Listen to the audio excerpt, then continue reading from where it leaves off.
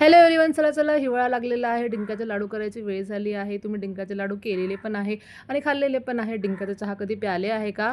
नसेल पिले तर ही रेसिपी तुमच्यासाठी आहे. एकदा तुम्ही डिंकाचा चहा नक्की ट्राय करून बघा. त्यासाठी घेतला आहे आपण डिंक. तर हे डिंक जे आहे ते ओरिजिनल आहे, गावावरून बोलवलेलं आहे, माझ्या पप्पांनी पाठवलं आहे.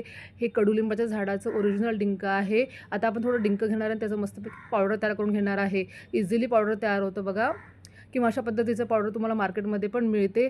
ज्या क्वांटिटीमध्ये मी चहा करते तेवढ्यासाठी हे पावडर पुरेसं आहे. तुमचे जर चहाचं प्रमाण जास्त असेल तर तुम्ही डिंकाचं पावडरचं प्रमाण पण वाढवू शकता. तसे एका पातेल्यामध्ये घेतलं आहे अर्धा कप पाणी, अर्धा कप दूध घेतलेलं आहे, 2 चमचे साखर टाकलेली आहे. तुम्ही जेवढं गोड चहा पिता तेवढ्याप्रमाणे तुम्ही साखर टाका. सोबतच टाकणार आहे आपण चहापत्ती म्हणजे चहा पावडर टाकणार आहे.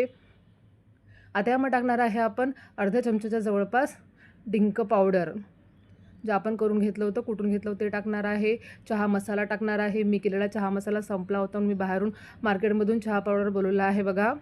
आता आपण गॅसवर ठेवून मस्तपैकी याला कंटिन्युअसली हलवत चहा उकळून घेणार आहे, कारण डिंक चिकट असतं, ते बुडाशी बसून चिटकू शकतं बघा.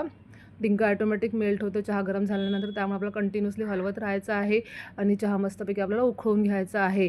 डिंकाचा चहा खूप पौष्टिक आहे, खूप गुणधर्म आहे यामध्ये. डिंकाचं गुणधर्म सगळ्यांना माहीत आहे. हिवाळ्यामध्ये आपण खास करून डिंकाचे लाडू अशा पद्धतीने करून खातो. तर आपण एकदा डिंकाचा चहा करून प्या, खूप उपयुक्त आहे. डिंकाचे महत्त्व सगळ्यांना माहीत आहे. सगळ्यात इम्पॉर्टंट महत्त्व म्हणजे आपल्या जॉईंटसाठी डिंक खूप चांगला आहे बघा. त्यात जर ओरिजिनल डिंक असेल तर खूप मज्जा. बघा छान आपला चहा असा उकळलेला आहे. आपल्याला गरमागरम चहा सर्व करायचा आहे. ज्याप्रमाणे आपण हळदीचा चहा करतो त्याप्रमाणे आपण डिंकाचा चहा करून पियायचा आहे बघा. हिवाळ्यामध्ये डिंकाचा चहा खूप उपयुक्त आहे. तुम्हाला माझी आजची रेसिपी नक्कीच आवडली असेल तर नक्की ट्राय करा आणि मला कमेंट करून नक्की सांगा. नवीन असाल तर माझ्या चॅनल तुम्ही सबस्क्राईब करा. माझ्या व्हिडिओला लाईक करा, शेअर करा, कमेंट करा. भेटू नेक्स्ट व्हिडिओमध्ये अशाच नवीन आणि सोप्या रेसिपींसोबत. Bye bye.